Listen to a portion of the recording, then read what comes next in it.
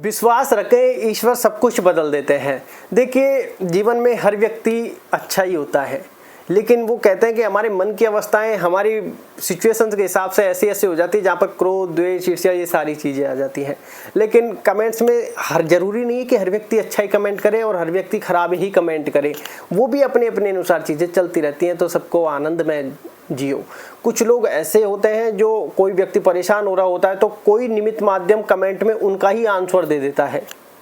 ये भी बड़ी अच्छी बात है कि मान लो आज हम कोई कमेंट मिस हो गया, हम वीडियो ही नहीं बना पाए, या वो कमेंट ही हमारे सामने नहीं आया, या फिर कोई गलत कमेंट आ गया, हम उसको एक्सप्लेन ही नहीं कर पाए क्योंकि हो सकता है वो देखा ही ना हो, वो दब गया हो। तो कुछ लोग ऐसे भी होते हैं निमित्त माध्यम मात्र, जो बढ़िया, मतलब सब हर व्यक्ति अपना ही अपना काम कर रहा है, कोई भी गलत नहीं है, सब अच्छा है, सब सत्य बोल रहे हैं। तो कुछ उनको तुरंत ही सांत्वना दे देते हैं। जैसे एक भाई साहब ने लिखा, विश्वास रखें, ईश्वर सब कुछ बदल देते हैं। ये बात सत्य है कि विश्वास में वो सबसे बड़ी ताकत है। हम विश्वास ही नहीं रख पाते। मेन चीज है, आज हमको ऐसा फील होता है हम नहीं करेंगे तो कैसे होगा। अरे आपको निमित्त माध्यम मात्र बनाकर भेजा गया है इस संसार में कि भैया ये पैरामीटर आपके सेट हो चुके हैं, जाओ और भोगो। लेकिन हम फंसते जा रहे हैं कि यार हम नहीं करेंगे तो कैसा होगा। उस ईश्वर के प्रति विश्वास ही खो चुके हैं हम। जब एक छोटा बच्चा होता है तो वो छोटा बच्चा अपनी मस्ती में मस्त होता है, सारी मतलब उसकी देखभाल उसके घर वाले कर रहे होते हैं और बच्चे को कोई परवाह नहीं है। बच्चा कभी इधर कभी उधर, न नीचे की परवाह, गिर भी जाता है तो हम उठाते हैं, फटाफट चुप कराते हैं। चींटी मर गई, जो कि एक फेमस है। मेन चीज़ है विश्वास करना कि हमारी जो गाड़ी चल रही है वो राम भरोसे ही चल रही है। आज आपको ऐसा लगता होगा कि यार हम नहीं करेंगे तो कैसा होगा। आपकी लाइफ में वो कहते हैं ना, भविष्य की चिंता क्यों। मैं सबसे मेन कॉन्सेप्ट यही है कि भविष्य की चिंता सबसे बड़ा दिमाग खराब करने वाली चीज है, ये भविष्य की चिंता।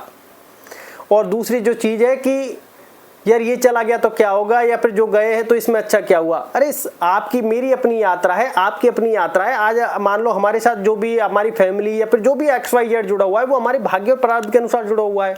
सेकंड कि हर व्यक्ति की एक यात्रा अलग अलग है। आज मान लो मैं हूं, मेरे साथ मान लो मेरी फैमिली है, तो उनकी यात्राएं अलग है, मेरी यात्रा अलग है।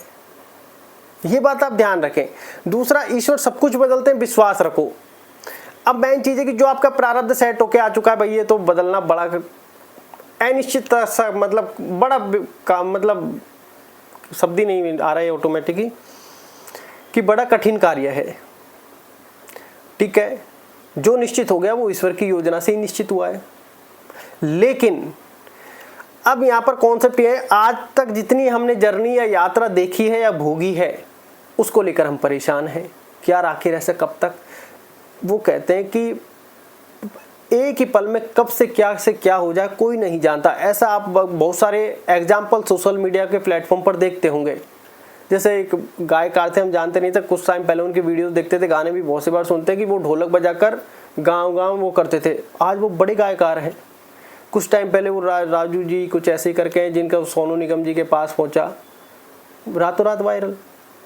उससे पहले डोली चाय वाले को आप देख सकते हैं। समय ने सारे पैरामीटर सेट कर रखे। आपको धैर्य धारण करना पड़ेगा, आपको अपनी मानसिकता बदलनी पड़ेगी, आपको अपने देखने का नजरिया बदलना पड़ेगा। बहुत सी बार लाइफ में हम ये सोचते हैं कि यार मैं नहीं करूंगा तो कैसे होगा। आज मान लो आपके साथ आपकी फैमिली में 5 लोग हैं, आपको ऐसी फीलिंग आती होगी कि यार मैं 5,000 रुपये कमा रहा हूं, अगर मैं नहीं होता तो क्या होता। अरे आप खुद किसका नसीब का खा रहे हैं ये आपको ही नहीं पता। मेन चीज ये है कि आप उन 5 लोगों में से किसका नसीब का खा रहे हैं आपको ही नहीं पता।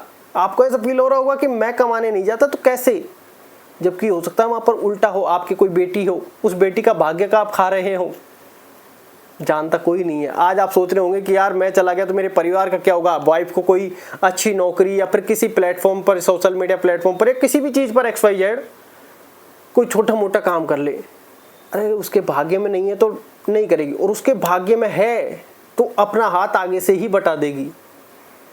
और ऐसा भी हो सकता है कि आपका कहना हुआ और उसका मानना हुआ कि आप यार तुम भी कुछ सोशल मीडिया पर वीडियोस बना लो, और वो भी कहेगी ठीक है आई एम एक्साइटेड, हाथ बट गया। अब ये सोचेंगे यार मैं नहीं कहता तो कैसे होता। अरे यही तो समय की योजना है कि आपको हमेशा ऐसा लगता है कि सब कुछ आप कर रहे हैं। जब हनुमान जी लंका गए थे अंगूठी लेकर, सीता माता नीचे बैठी, वो पेड़ पर बैठे।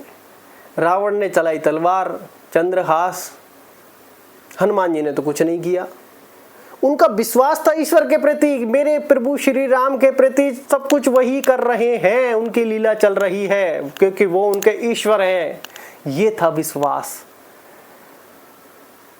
और हम जैसे होते तो क्या होते, कूद पड़ते मैदान में, और फिर राम जी से आकर क्या कहते, राम मैं नहीं होता तो फिर माता जी का भी। बस यही मामला वो है कि हर चीज में हमको ऐसा लगता है कि हम कर रहे हैं, जबकि अब हमें ऐसी फीलिंग्स आती है कि इस संसार में हर एक व्यक्ति निमित्त माध्यम मात्र जुड़ा हुआ है। कब कहाँ किसके साथ क्या होने पैरामीटर सेट है। आपको धैर्य धारण करना है, लोग की परवाह कम से कम करनी है कि भैया लोग क्या कहेंगे, लोग क्या सोचेंगे, इनकी परमात्मा आपको कम से कम वैसे तो ख़त्म कर देनी चाहिए, पर इतनी आसान नहीं है, तो कम से कम कर देनी चाहिए। ये बात आप ध्यान रखें। ईश्वर पर विश्वास जितना आप रखोगे उतना होगा क्या, फालतू के थॉट आपके मन से हट जाएंगे। वो कहते हैं ना कि अरे यार अभी थोड़ी देर पहले लाइन याद आ रही थी, चलो कोई नहीं, निकल गई, किसी और वीडियो में देखेंगे।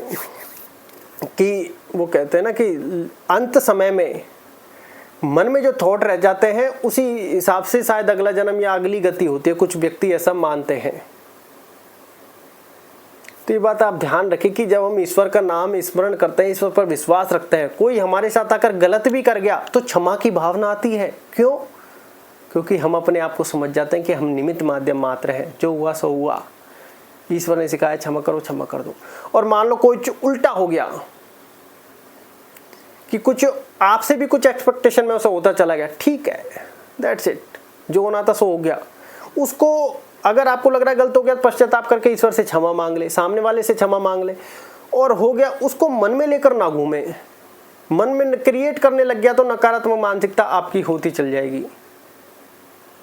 तो ये बात आप ध्यान रखें। और इसलिए मेडिटेशन ध्यान का आप सहारा ले सकते हैं, नाम जाप का सहारा लें, क्योंकि इससे आपकी थॉट प्रोसेस कम होगी और आपके अंदर धैर्य, सहन शक्ति, करुणा, प्रेम, ये सब जागृत होगा। ये बात आप ध्यान रखें। धन्यवाद।